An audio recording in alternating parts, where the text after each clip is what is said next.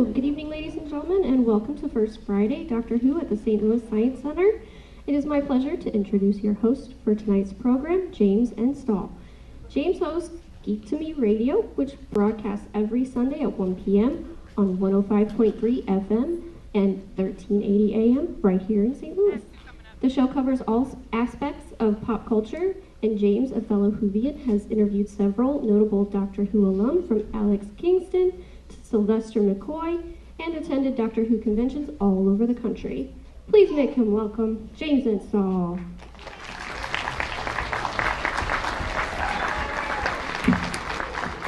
Thank you for that smattering of applause. That made me feel really great. Thank you so much. Thank you. No, thank you. That's enough. No, thank you. So yes, as the disembodied voice of Holly said, I do host a live radio show on 105.3 FM and 1380 AM every Sunday. Just to give you a flavor of what we do, are there any Voltron fans in the crowd? So this coming Sunday, if you tune in this coming Sunday, we're going to have Kimberly Brooks, who voices Allura in the new DreamWorks show, and Jeremy Shade, who voices Lance. So find us this Sunday, and please follow me on Twitter and Instagram at Geek to Me Radio. My entire ego and self-worth is wrapped up in social media, so please help me sleep tonight. Give me a follow there, that'd be great. But you're not here for me, you're here for the man himself, Mr. Simon Fisher-Becker, who played Dorium Maldovar in the 11th Doctor's run, and we have a clip right now of the prequel of A Good Man Goes to War. Here we go.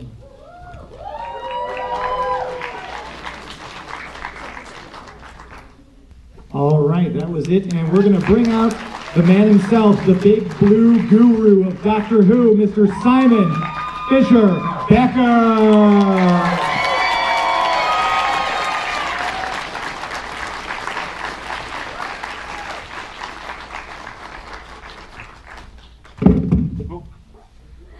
Comedy moment number one. Hello, everybody. So, how are you? I'm all right now. I've gone past the table. That's right, yeah, that was tricky to get to. I think they did that as an obstacle course, just to test your reflexes. You're good. Gosh. So, hearing your voice from that episode, which was almost 10 years ago. Oh, don't remind me. How does it feel to be reminded of that time in your life? Well, it's completely. It brings back so many memories. I mean, that scene in particular was never ever planned. We were filming A Good Man Goes to War, and one evening about 5:30, a young lady came to me and said, as Stephen has asked, and Stephen is Steve Moffat, right? Mr. Moffat has asked, would you be happy to film a trailer for this episode? And of course I was delighted. Yeah. And she said, it'll be you and 4 other characters. I said, oh, good. Will we be rehearsing it? Oh, she said, I don't know, because we're hoping to film it tomorrow at 9 o'clock in the morning. And but Stephen is still writing it. It'll be in your trailer when we finish tonight. And we finished at about 11:30 at night. And of course, I then read the script, and the other 3 characters were, of course, the headless monks. So in other words, I had to learn a monologue. So no sleep that night. And we just had to do it. And fortunately, the first time I did it, I got it word perfect. So the second time we did it, a light bulb went pop. And a bit like this microphone, it's a bit, how's your father? And then in the middle of it, this other lady came up to me. She said, hello, I'm the director of Doctor Who Confidential. And I'd like to interview you. I said, oh, okay, that'll be fine. We should be finished here soon, I think. Oh no, she said, I'd like to do it as we go along. And so I found, not only was I trying to remember the lines that I was only given less than 12 hours before, but every time I stepped off to have my makeup touched up whilst they were resetting a light bulb or whatever, she was asking me questions. And also, for those of you who remember the confidentials, you as the audience never heard the question asked. So not only did I have to think of an answer, but I had to think of a way of introducing the question, as well as having my makeup dabbed on, and then, right, ready for you, Simon, to do the next take for the lines which I thought I didn't know. because your brain does play tricks with you. Yes, it does. Plays tricks here, and especially when you're given material at short notice, you are saying the right things, but your brain is saying, "Are you sure that's the line?" You know, so it doesn't make sense now. Oh no, you were supposed to. That's the third line, and so all that is going around in your head as you're doing it. But Marcus Wilson, who was the producer of the show, he was the director of the prequel. So he kept on going, things like that, so it was all right. So was that the first cut that they used, the first take that you did? You said you nailed, or do you have any idea? I don't know. I've tried to see if there's cuts, because they only had one camera. So when they then wanted to do other shots, we had to sort of do it again. So in that sense, I did deliver lines several times, but whether that's the first or second take, I don't know. And so you got that with very short notice. How long did just that 2-minute scene, how long did that take to film? Actually, they were very quick about it. I would say 2 hours. Yeah. Which sounds a long time for those who don't know the process, but actually, for those who do know the process of filming, that's actually very quick. Especially when you get makeup dabbed on, you have people asking questions off camera. Yeah. It was very surreal. It was as if I was in a dream. Yeah. So of the episodes you did in, we have The Wedding of River Song. Mm-hmm. We've got A Good Man Goes to War. Is there a standout moment for you as an actor working with that cast? Anything that was maybe not even on camera that you really are fond of those 2 episodes? Well, there's the Pandorica Opens as well. I mean, the standout moment in reality is getting the phone call to say I'd got the job. That's the big one. Because 7 roly-poly actors applied, were auditioned, and I knew 3 others, and they're very fine actors indeed. So I knew the competition was tough, and I was thinking I might get a recall if I'm lucky. But instead I've got the call. So, and the way I heard was my agent just said, "Oh, is that the big blue intergalactic marketeer?" Is what she said, and that's how I learned that I got the role. Yeah. And as far as like American programming goes, Doctor Who to the UK, it's just there's nothing really like it here in America as far as its long-lasting, its cultural impact. You and I chatted a bit yesterday. Who was? We'll do the St. Louis equivalent to where you go to high school. Who was your first Doctor? Well, my first Doctor was William Hartnell. Okay. Because I was 2 when it started. So I've now given away my age. Yeah, my birthday's the 25th of November. So. Happy belated birthday. Yeah, and so I was 2 days after it was first broadcast, which of course is a significant date for you in America, of course. And so I clearly admit I don't remember watching the first episode. I was probably gurgling and pooing in a pram. I still do that now when I watch episodes. You're fine. So, but I do remember Hartnell as this grumpy granddad type figure, and I do distinctly remember him changing to Patrick Troughton. And apparently for months I was asking people, is that what happens when you die? You should all be so lucky though. And asking my grandmother, what did you look like before? So that was very strange. So I must be about five going on 6 when Troughton came on board. So I was of the age that sci-fi was magical, and the whole. I couldn't wait for the next episode to see what was going to happen. And then when Troughton passed on to John Pertwee, I was of the age then that I appreciated what Pertwee was doing that was different from Patrick Troughton. And then by then the concept that the Doctor changes for me hooked on. And then in between, my sister introduced me to Star Trek. And initially I was too young to watch it because of the time it was on. Oh. But my grandparents did relent to that. And I remember me and my sister trying to sing the high notes at the end. Oh, yes. Of the thing. But what I have learned now in adulthood, that so much in life is decisions made at certain times, and there's a huge amount of luck that brings you to where you are.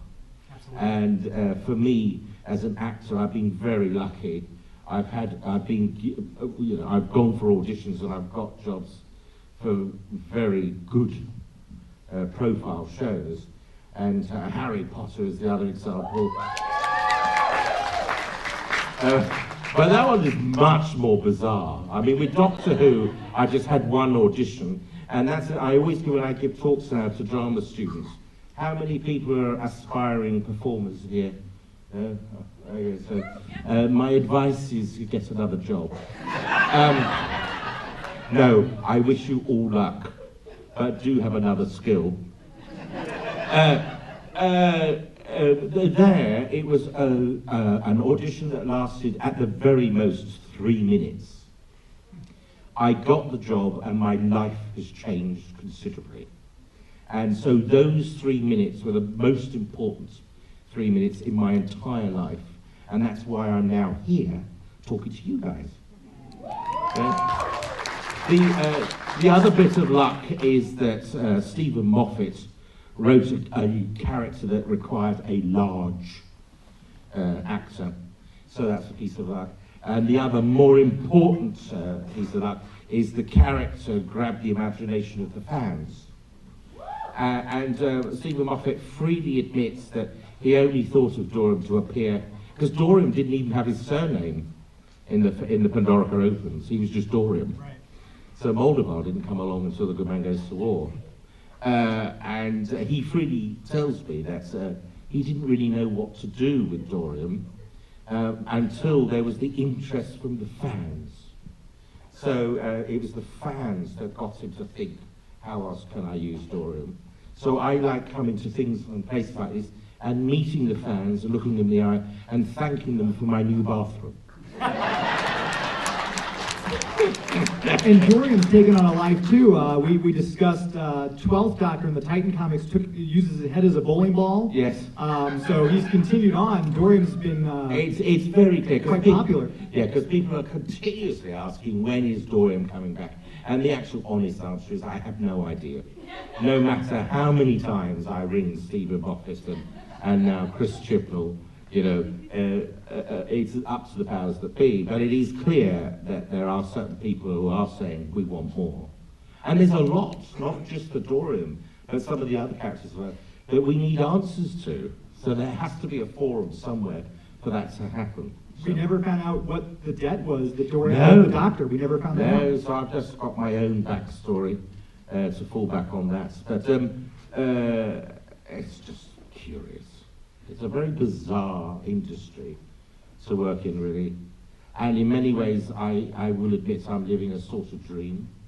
And there are some of my associates back at home who still think I'm a Walter Mitty and that I'm making it all up.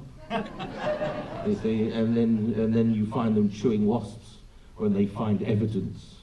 So if they go on Facebook now, they'll see that I was on television. And to them, the idea of being on Fox television Right. will mean something to them.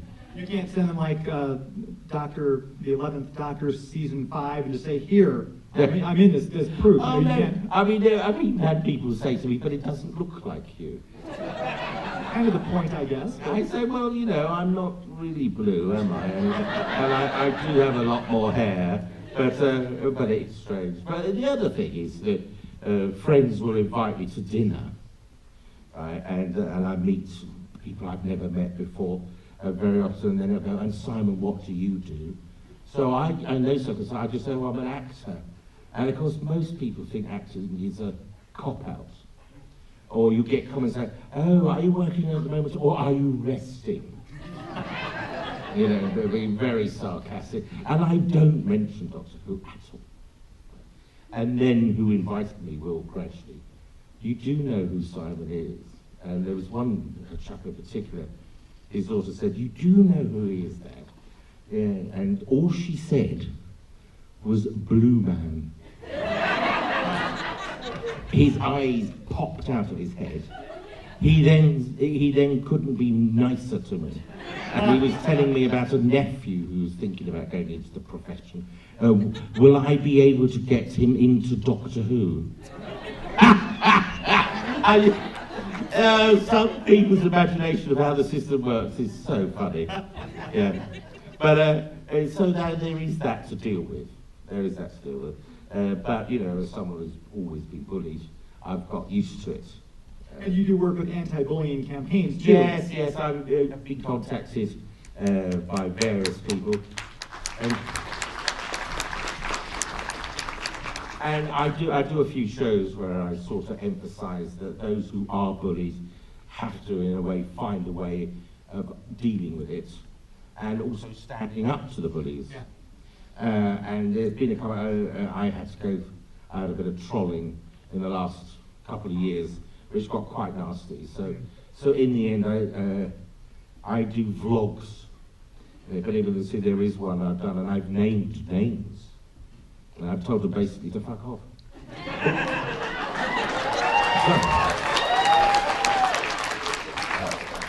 Earmuffs, kids, earmuffs. I do apologise. Over here is my manager. And he did say, not half an hour ago, Literally, yes. whatever you do, don't swear. If you're going to do it, though, go with the big one. That's great. We got the F5 there. That's fine. So I'm going to get a big telling off, basically. But I do say that to people. And so when this thing was going on, because I'm an ambassador for various anti-bullying campaigns, I felt I had to be seen to do what I preach. So that's why I delivered it. And it did work, or it has worked up to now. But it'll be interesting to see how it comes back. It's very sad receiving stories of people that are still having difficulty from the bullying they get. And I have no real answer, because you have to find the way of doing it yourself. See, I shouldn't have sworn, should I? That's the first time this child has heard that word. Look what you've done. Yeah, I know. But and I also I've also get involved with disability charities as well. So but that is a spin-off, because I was in Doctor Who. It is. I have to admit, it is very. I've been a working actor. That's the phrase, and I've always thought of myself as a working actor or a jobbing actor, is the phrase. And I had to audition for absolutely everything, whether it was for a half-day filming a commercial, or to go on a 6-month tour and something like that. Every job I had to go to. But as soon as I got Doctor Who, producers and directors were phoning up just checking my availability. I love it.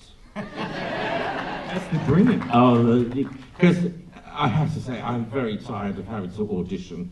But, you know, that little path is beginning to wane a bit now. So, and of course, I've built a relationship with a lot of casting directors over the years.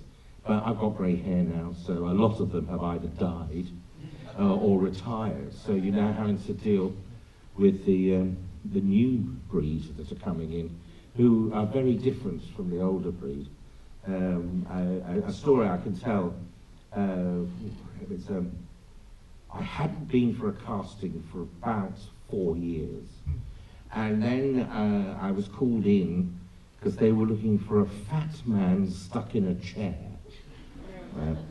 for Virgin Railways, Richard Branson. And I went into the casting. I was the first one there. I got there past her, and the young lady behind the desk said, "Good morning." She said, would you like a cup of tea?" So I said, "Oh, things have changed." Because, you know, you used to get there and they'd go, "Over there." Sit there, I'll call you. "Would you like a cup of tea?" I said, "Oh, that's fine." And then she came with the tea and with a little saucer with some chocolate biscuits. Ooh, this is very nice. And we started having a very nice conversation. And as we were talking, she picked up her phone and dialed a number. And it turned out she was calling my agent, because she said, we're a little concerned that Simon isn't here yet. She thought I was the client, the advertising client.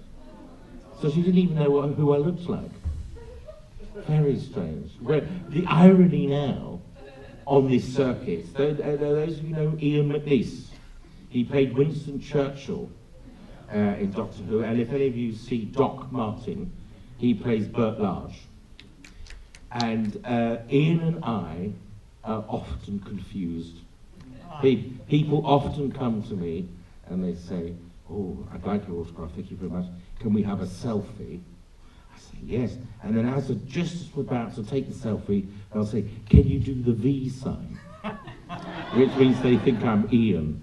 And I've been many a time, because I've now been on this sci-fi circuit for 8 or 9 years. And so we all get cars to pick us up from hotels to take us to wherever. And I was standing outside this hotel in Melbourne, and this guy went, "Ian, Ian!" And of course I was turning around looking for Ian. And of course he thought I was Ian. Do you play along, or you just... I do sometimes. I mean, especially if it's children. Right. You know, you don't want to disappoint, so that's fine. But Ian and I have talked about wearing T-shirts that say, "I am not Ian McNeice." So how is your Winston Churchill impression? How is it? Can you do a good one? I don't know. That's up to you to decide. Well, we'll have to see how the Nazis are. And all I say is keep buggering on. Yeah. Oh, that's another swear word. Sorry. Buggering's okay. It's not a swear word here. You're good. Oh, you like to bugger? Oh, well, there we go. Well, the night is young. We don't know what's going to happen. So you have been working quite consistently, and you do so much. You've got, in addition to the acting, you and I were talking the books. You're working on your second one already. Yes. Yes. For those of you who don't know, twice when I came to America, I was coming to be interviewed, and the interviewer didn't turn up, and so I was just encouraged just to go on and deal with it by myself, which I managed to do, but it was terrifying. It's always nice to have somebody to talk to. So what I did was I built a PowerPoint presentation with various photographs and phrases on it. And so I'd play the PowerPoint presentation and click, and that would be a cue to me the next question to answer. And that developed slowly into a show. And I entitled it, "My Dalek Has a Puncture." And it's semi-autobiographical. I sort of answer a lot of, you guys ask wonderful questions. But some of them are the same question asked 1,000 times. So I answer all those questions and then open it up to more questions. And one night, a publisher was in the audience, and whatever I said in the show, it hits a thing with him. And so on the back of the programme, he drew me up a contract. "You've got to put this into book form, and I want to be the one to publish it." And his name is Dan Grubb, and it's Fantastic Books Publishing, for which I'm very grateful. But he did say it would have to probably be more than one book. And so I've been commissioned to do 3. So My Dalek Has a Puncture has anecdotes and deals with my life up to the point that I'm offered Dorium Maldovar. My Dalek Has Another Puncture deals with what happened and how things have changed since then, and then Let Zygons Be Zygons.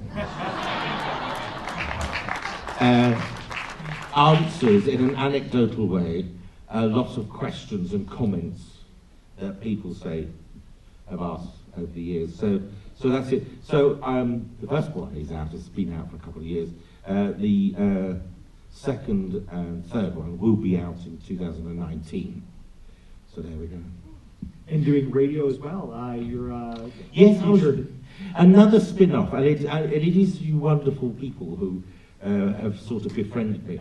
A chappie just sent me a message on Facebook and said what he was doing, and he has a radio show called The Hawk Chronicles, and he wanted to know whether I would be interested in doing a guest appearance in one of the episodes.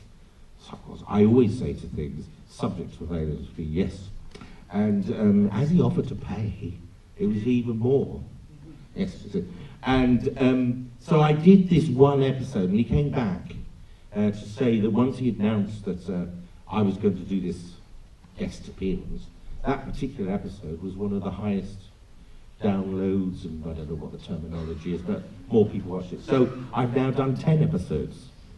So look out for it. If you come to my table when you come for your autograph and selfie later on, I've got some cards that tell you about the Hawk Chronicles.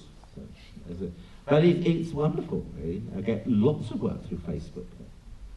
And it's such the acting thing has changed, because there are so many things like you were talking about. You just record these and send them to him. There's the Facebook thing where you can do the vlogs and everything. Yes. You've got such access that actors even 10 years ago didn't have. This is remarkable. I mean, when I first started out, the idea of being a voice actor, you tended to get called in and you had to go to a studio. If you wanted to set up your own studio, you had to have a certain technology, which is very, very expensive. And so unless you could guarantee you were going to get the income to cover that, it was very difficult to decide what to do. Whereas nowadays, I can actually sit at home on my sofa with my phone and record the stuff.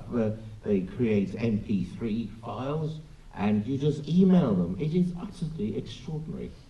I mean, I still get called in. I did a Big Finish, and Dorium Returns. Those of you know Big Finish? Yeah. Well, this year they recorded the 11th Doctor Chronicles, and Dorium is in one of the stories.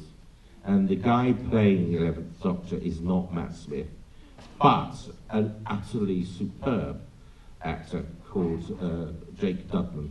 And Jacob Dudman, and you couldn't distinguish him and Matt Smith in the studio. It's very good. So I recommend it. It's out now. You can draw it down from Big Finish. And we're going to take some questions from the audience. If any of you have questions that you would like to ask Simon, put your hand up. I assume we have someone with a mic up there. Or no, you'll just say the question. We should be able to hear you with the acoustics in here. So who would like to be our first victim? Sorry, volunteer. I misspoke. Yes, you, sir, right in the front. How did it feel when you got to work with Matt Smith? Well, as I've indicated, I've been a fan of Doctor Who, so the idea that I was going to be in the show was very exciting and very terrifying at the same time. I did the Pandorica Opens, but I had met Matt when we did the read-through. Because before they film each episode, about 2 weeks beforehand, we do a read-through so that the writers can actually hear, and then they, in theory, can change stuff. Utterly delightful chappie, a bit shy, but once he gets to know you, he's a bit cheeky. And he talks a lot about football, or soccer, as you call it, because he wanted to be a professional soccer player, but due to something, I don't know, I can't remember what, he couldn't be, so that's why he decided to pursue being an actor. Sorry. But utterly nice, as everybody. Alex Kingston was delightful as well, and the whole family at Doctor Who, and it is a family. They expect you to do your job, and I always say to drama students, if you're given a job, especially one that you consider to be the job of a lifetime, just learn your lines, turn up, and don't be a prat. Yeah, they expect you to do the job, otherwise they're very relaxed. Very nice. Yeah. Do we have any other questions at all? Yes, ma'am, right there. What's one of the biggest things you've had to overcome being an actor? Biggest things you had to overcome being an actor? Initially, shyness, because as a child, I'm very outgoing now, but because I know your friends. But even now, if I have to go into a room and there's a room of strangers, I can't do it. I often, and Matt will tell you, I often just can't go in. If I'm already in the room and a load of strangers come in, that's fine. So Freud or They're coming to you. or Jung will have to tell you why that is. So the other thing on practicalities is the mercurial effect of your income, the huge amount of rejection. this huge amount of people scoffing at you. You know, even when I announced to my family that I was going to decide, what had happened was when I left school, I went straight into the civil service. And then I was made redundant, you know, in the days. And then it was what to do. They gave me a bag of money, and in the UK you can't make a civil servant redundant, so they call it something else. That's how they massage unemployment figures as well. You're given a different title of your status, and so therefore unemployment has dropped. So I was given a bag of money, what to do, and my grandfather said, don't get to the age of 80 and say, I wish. So I came to a compromise.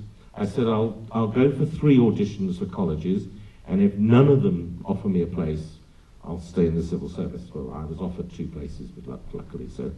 And that's it. An awful lot of rejection.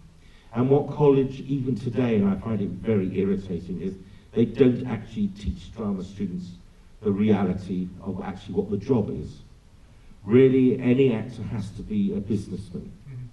And there's a lot of chicken and egg situations.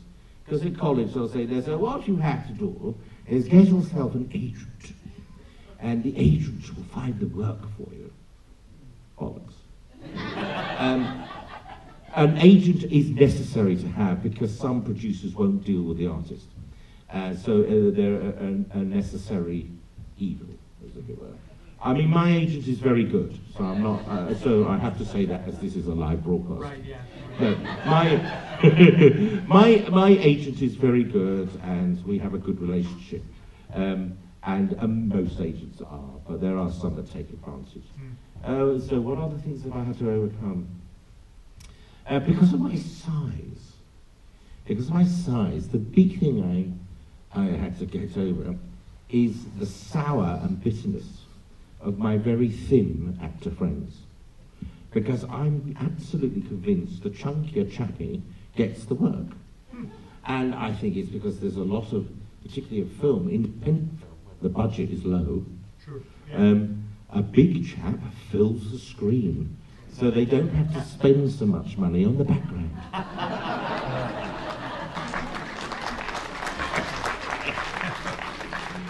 No, on a serious note, the challenge is for any performer, and particularly anyone in arts, I would also say anyone who's freelance in their chosen field, is getting the work. And sometimes work follows work, and other times there are periods of you thinking you've died, and thinking that everybody else thinks you've died. You've not gotten to that point yet, though. You're still doing it. No, I mean, I do have a huge dollop of what I call lovey paranoia still. But I'm trying. It's a very interesting question. I'm trying to think if there's anything else more serious I can say. I think it's finding other ways of using your skills. So I've used the term spin-offs now. So I do a lot more lecturing. The idea that I can lecture and give a master class. Yeah. And my English teacher, now that I'm a published author, my English teacher is spinning in her grave. But also the biggest thing to get over is the thing that's holding you back to make a jump. So I was always considered the buffoon. I was generally cast as the comedy idiot. I was the comedy idiot or the grumpy father. But then a director offered me a very serious role in a play which has fallen off the planet. But what it proved to me was I was equally capable at comedy and drama, and I think it's fair to say Dorium proves that, because he's multi-layered, and I have to again thank Stephen Moffat, because a lot of people criticise his scripts, but for Dorium, for me, it was a wonderful basket of fruits and vegetables to play with. And so if you put together all the scenes for Dorium, that's a wonderful demo tape for me to show I can be versatile. Yeah, absolutely. Yeah. And that's it. And to just ignore those who try to distract you. You know. And they will. There's some nasty people out there because they're quite bitter. And I don't know where that comes from or why. Their own insecurities, I guess. I mean, in the UK, they spend a lot of time building somebody up to a certain pinnacle, and then they'll find ways of knocking down. And you just wonder why that is. And by the way, I've opened all my cupboards with all the skeletons flying everywhere. So anybody could say anything about me, and I don't care. Good place to be. You have maybe one or two more questions right there. Oh, we'll go right here first. Are there any shows or movies that you'd love to get for future work? Anything that you'd like to go for? Any shows or movies you're interested in? I go for everything that I'm offered. And I would love to be in the next big franchise. And I'd love the next big franchise to be sci-fi, so I can go on this wonderful circuit. They just wrapped episode 9, so unfortunately we missed that window. But yeah. No, to be honest, I've still got the mentality of being a jobbing actor. And so when people contact me, my phrase is always subject to availability. Are there certain things I'd love to do? I'd love to do the next new something. And I get asked a lot by young writers and young directors who've been out of college, say, for 1 or 2 years to get involved with their projects. And I have to say, they've still got the imagination. They haven't had anything kicked out of them yet. And it is an annoyance of mine that multiplex cinemas don't allow one of the screens at least to be an art house, to allow people, because you as fans, but you as viewers, you know, sometimes people say, oh, the audience won't be able to have an attention span for that sort of thing. That's all complete crap. Of course you do. You know, they'll say, oh, we have to have commercials every 15 minutes on the television because people will drift off. And yet, the same people will go and see a movie that is 2.5 hours long and come out and love it, you know. So it's all nonsense, really. So the answer is, the next big franchise, preferably sci-fi, please, and that I'm a regular character, or a semi-regular character, and just above all, just to be allowed to work and show what I can do. And I'm sorry, I'm having trouble seeing the top row. You are right up here, straight above my 12 o'clock, you with your hand up. Yeah. And then there'll be a couple in I the have a front row. question. In your time in Doctor Who, what was your favorite part in all the scenes that you were in? Favorite scene of all the Doctor Who episodes you did? It's all very different because I loved it all. And for me, I was in a playground. And Dan Starkey, very funny guy. Yes. Neve McIntosh, absolutely adorable. Catherine Stewart, or Caitlin Stewart, I always get it wrong. She always slaps me. We had a wonderful time, and the production team allowed us the luxury to play. So that was really good fun. The head of the box scene was very strange to do. And it was just me and Matt, but it wasn't just me and Matt. I could then saw that not only did Stephen Moffat turn up on the set when we were doing the scenes, but Mark Gatiss turned up, and a lot of the other bigwigs. So that became a little disturbing, particularly when I had to do the last line. Oh, yeah. The last line. And there, the instruction was, we'd like to do, give us 4 options. Oh, shit, I could only think of one at a time. And each one was one take. So the one that you know is the one that they chose. And to be honest now, after all, it was, 10 years ago, 8 years ago, Yeah, 9 years almost ago. 9 years, yeah. Yeah, I can't remember what the others. I remember I did a manic cackle at the end of one. Yeah, Doctor Who. I remember that one big one. Oh, we need Dorium back right there. But so I loved the whole experience of Doctor Who. I did love it, and clearly the results you loved, and that's why I'm sitting here now. I've been told we have time for one more question. There's a young chap Yes, here. you in the red right here. Was this the first job you've had up at the gym? Was acting the first job you thought of as a kid? I don't think I seriously did, if I'm absolutely honest. My introduction to live theatre was my grandparents taking me to Christmas shows and pantos. And I loved it. And I did, as a hobby, love going to the theatre and thinking, oh, there we go. And if you go a lot to something, you learn by watching and observing. And you learn by saying, oh, they've done it that way. Why did they do it that way? I would have done it a different way. So I think deep down, I always wanted to be a professional actor, but I didn't have the confidence. Because at school, even with some of the teachers, I wouldn't amount to anything.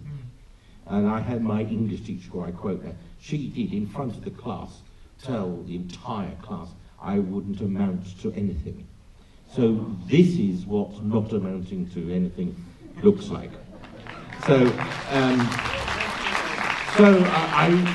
I would have loved to have done it, but I was too scared. And really, it was, I did at school get pushed into doing a production of Oliver by my music teacher, because I was very much a musician, and my plan at school was to be a biology and music teacher, because they were the two subjects that I excelled at. And but it didn't happen because I couldn't study biology at a high level because I was hopeless at chemistry. So that plan soon fell. And it was really, I was so bored in the civil service. Bored. I don't know if I told you, but I was so bored. So when the opportunity to be made redundant came along, I grabbed it. I sort of stumbled at it really, and I went for the auditions, and I got through college, and then I went out. And it was a long, long time before I got my first acting job. Drama students today say to me, oh, you don't understand, it's so difficult. It's always been difficult. Only when I started out, there were no emails. So I had to pay for a photographer and pay for the photographic studio. And then once the photographer had taken the photograph, pay for the 10x8s, which then were at £10, which is expensive today, let alone 30 years ago. And then pay for multiple copies, a minimum of 300 at a time.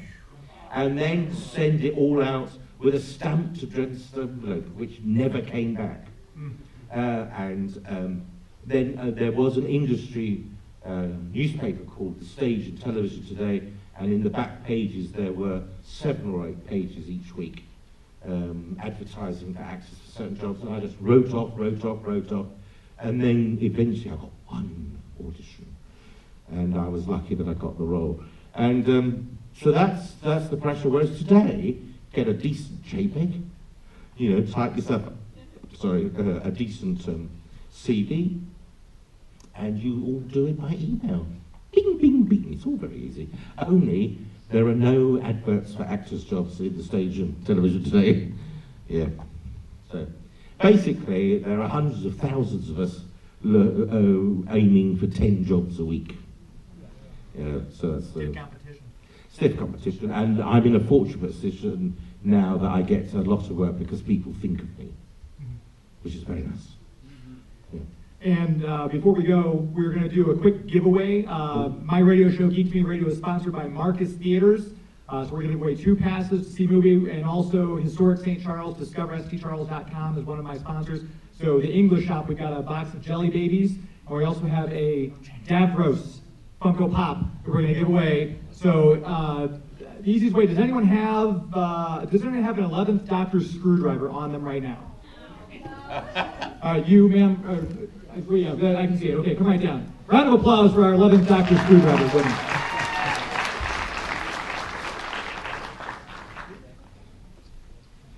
So on my show, Geek to Me Radio, follow me on Twitter and Instagram. I mentioned that earlier, self-worth.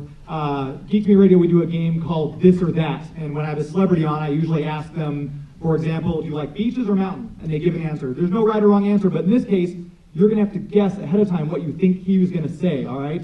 So I'm going to present the choices to you. I'll get her answer, and then we'll get your answer, okay? So the first question, I'm going to say Dalek or Cybermen. What do you think he's going to say? Okay, Dalek or Cybermen, Simon? Cybermen. All right, she got one round. She's down one. She's got just 3 out of 5. That's all right. You're good. So next question, dark chocolate or milk chocolate? What do you think? Both. She got that one right. She's good. All right, so she's one for 2. There we go. All right, almost there. All right, let's see. How about country or city? Country. Ooh, all right, so that's right. We're still in the game. Am I ruining it? This whole thing is destroyed. You're dropping F-bombs. You're killing this kid over here. Come on. That's all right. All right, so next one. We'll say convertible or sedan? Convertible. Convertible, she's in. All right. All right, it all hinges on this last answer. Here we go. We will say second doctor or fifth doctor? Whatever she said. That's correct! Second doctor is it! Very nice. For our winner, we've got some passes to the Science Illuminated right here at the Science Center.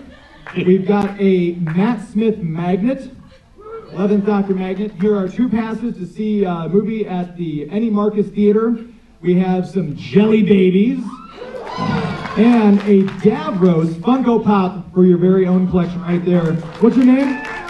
Aurora. Round of applause for Aurora. Thank you so much. Round of applause, please, for Simon Fisher-Becker.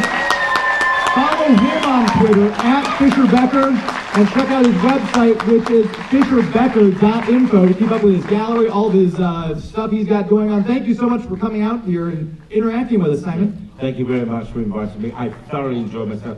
Do come to my table with a wallet that's very open, and I'll talk to you for much more. Thank you. Come to this table right here, selfies and others. Thank you to the Science Center for putting all this on. First Fridays at the Science Center, fantastic stuff. Thank you very much for coming. Have a great night.